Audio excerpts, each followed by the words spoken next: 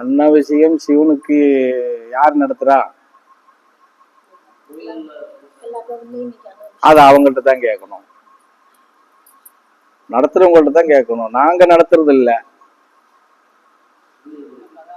அதைத்தான் சொல்லிட்டேன் இல்லையா, அவங்க நடத்துறாங்க, அவங்கள்ட்ட கேட்டாதான் என்னன்னு தெரியும்.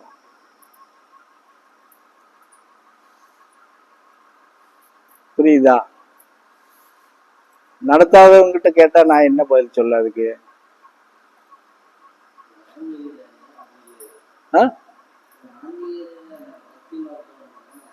பக்தியில அதான் சொல்லிட்டு இல்ல, பக்தி மார்க்கம் பக்தி மார்க்கத்தில் இருக்க கேட்டா தானே தெரியும். நான் பக்தி மார்க்கத்துக்காரன் கிடையாது இல்லையா சாமி?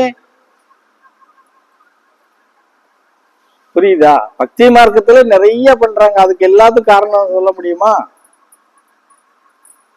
மண்டையில இருக்கிற மயிரை சரைச்சு போட்டு வர,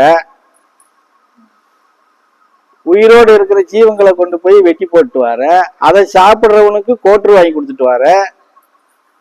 மாரியம்மன் கோயிலுக்கு போனாலும் போனவன் கோட்டு வாங்கி குடிச்சிட்டு தானே அங்க போய் செஞ்சதை சாப்பிட போறான் இல்லையா? இப்ப இதுக்கெல்லாம் என்கிட்ட இந்த பரதேசிட்ட கேட்டா நான் என்ன பதில் சொல்ல முடியும்? அது மாதிரி இதுவும் ஒண்ணு.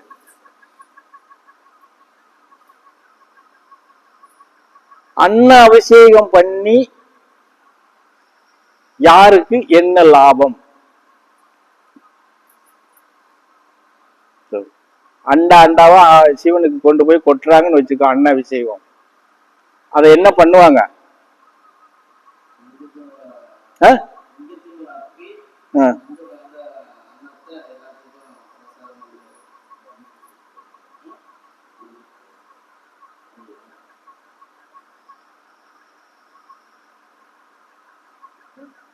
சொல்லு, பதில் சொல்லு. என்ன அவ்வளவுதான். அப்ப உனக்கு என்ன பிரயோஜனம்னு கேட்க.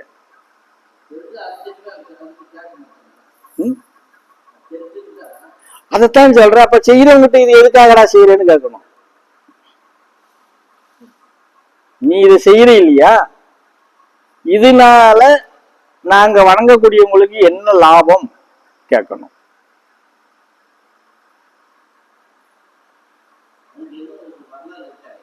வரலாறும் கிடையாது, ஒரு மண்ணாங்கட்டியும் கிடையாது. பாப்பனார் என்னத்தோ சொல்லி வச்சான் அவன் பொழப்புக்காக நீங்க செஞ்சுக்கிட்டு இருக்கீங்க. ஏண்டா பால விஷயம் பண்றதே நம்ம தப்புன்னு சொல்லிட்டு இருக்கிறோம். விக்கிரகத்துக்கு குடங்குடமா பால விஷயம் பண்றதே தப்புன்னு சொல்லிட்டு இருக்கிறோம்.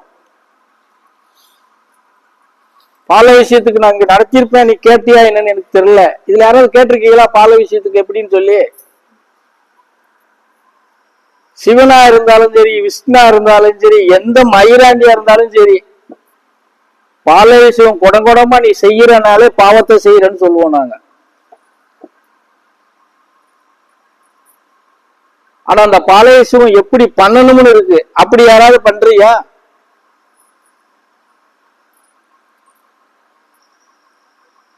இப்போ நீயே வச்சுக்கிருவோமே, நான் ஒரு 108 குடம் பாலாபிஷேகம் பண்ண போறேன்னு ஒரு நேர்த்தி கடன் வைக்கிறேன்னு வச்சுக்கோ. நீ 108 குடம் பாலாபிஷேகம் பண்றன்னா யாருக்கு லாபம் சொல்லு பார்க்கலாம்? பால்காரனுக்கு லாபம். அந்த ஆலயத்துல எவன் தீவாரணை காட்டுறானோ அவனுக்கு லாபம். ஏன்னா குடத்துக்கு நீ 10 ரூபா கொடுத்தா அவன் தூக்கி ஊத்துவான். ஊத்துவானா இல்லைன்னா? பால்காரனுக்கு லாபம், அந்த இடத்துல இருக்கிற பூஜாரிக்கு லாபம். பால் நீ வாங்கி நான் அபிஷேகம் பண்றேன்னு சொல்றாரு, உனக்கும் லாபம் கிடையாது, மக்களுக்கும் லாபம் கிடையாது. பொதுவா பாலாபிஷேகம் பண்றது இந்த மாதிரி பெரிய அன்னதானம், பெரிய பிறகுன்னு சொல்லி அன்னதானம் பண்ணக்கூடாது சொல்றவங்க எல்லாம் வீட்டை விட்டு கிளம்பும் போதே அடி விட்டு போவாங்க. எப்படி? வீட்டை விட்டு கிளம்பும் போது அவன் செய்யற பரிகாரம் அடி விட்டு போவான், அங்க இப்ப வேலை செய்யாது.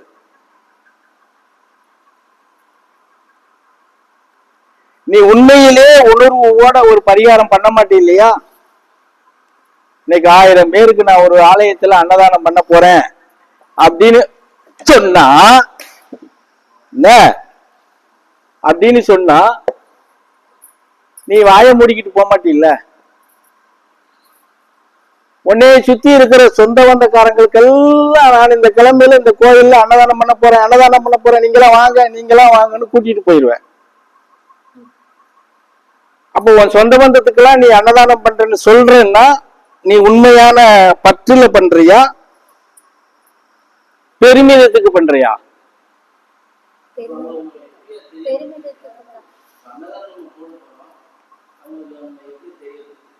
நீ அன்னதானம் போடுறதுல எந்த இறைவனுக்கு போட போறியோ அவனை நம்பி போடு. நீ அவனை நம்பி போடு, அவன் கொண்டு வருவான். நீ உண்மையா போய் நீ போட போறதான் அவன் நீ பொங்கி போட முடியாத அளவுக்கு ஆளை கொண்டாந்து சேர்ப்பான். இல்ல அந்த இடத்துல நீ அன்னதானம் ஒரு கோயிலுக்கு முன்னாடி அன்னதானம் போடுற, அந்த இடத்துல கம்மியா ஆட்கள் வருதுன்னா வர்ற போறவங்களை வேணா நீ கூப்பிட்டு ஐயா சாப்பிட வாங்க அன்னதானம் நடக்கு அங்கன கூப்பிடலாம் இன்னைக்கு. ஆனா அதுக்கு முன்னாடியே பத்திரிக்கை அடிச்சு வச்சது மாதிரி நான் அன்னதானம் கொடுக்க சொந்த பந்தத்துல கூப்பிட்டுட்டு அங்கேயே 50% அடி போறேன், 50% அங்கேயே அடிபட்டு போகும். மீதி இருக்கிற 50% எங்க நகர்த்தாலும் சரியா? காலியப்ப எந்திரிச்சு வந்து ஊத்துவேன், பாத்துக்கா. எல்லா பக்கம் வந்து உன்னால மத்தவங்க நினைய கூடாது, இல்ல இப்படி வந்து சரியா?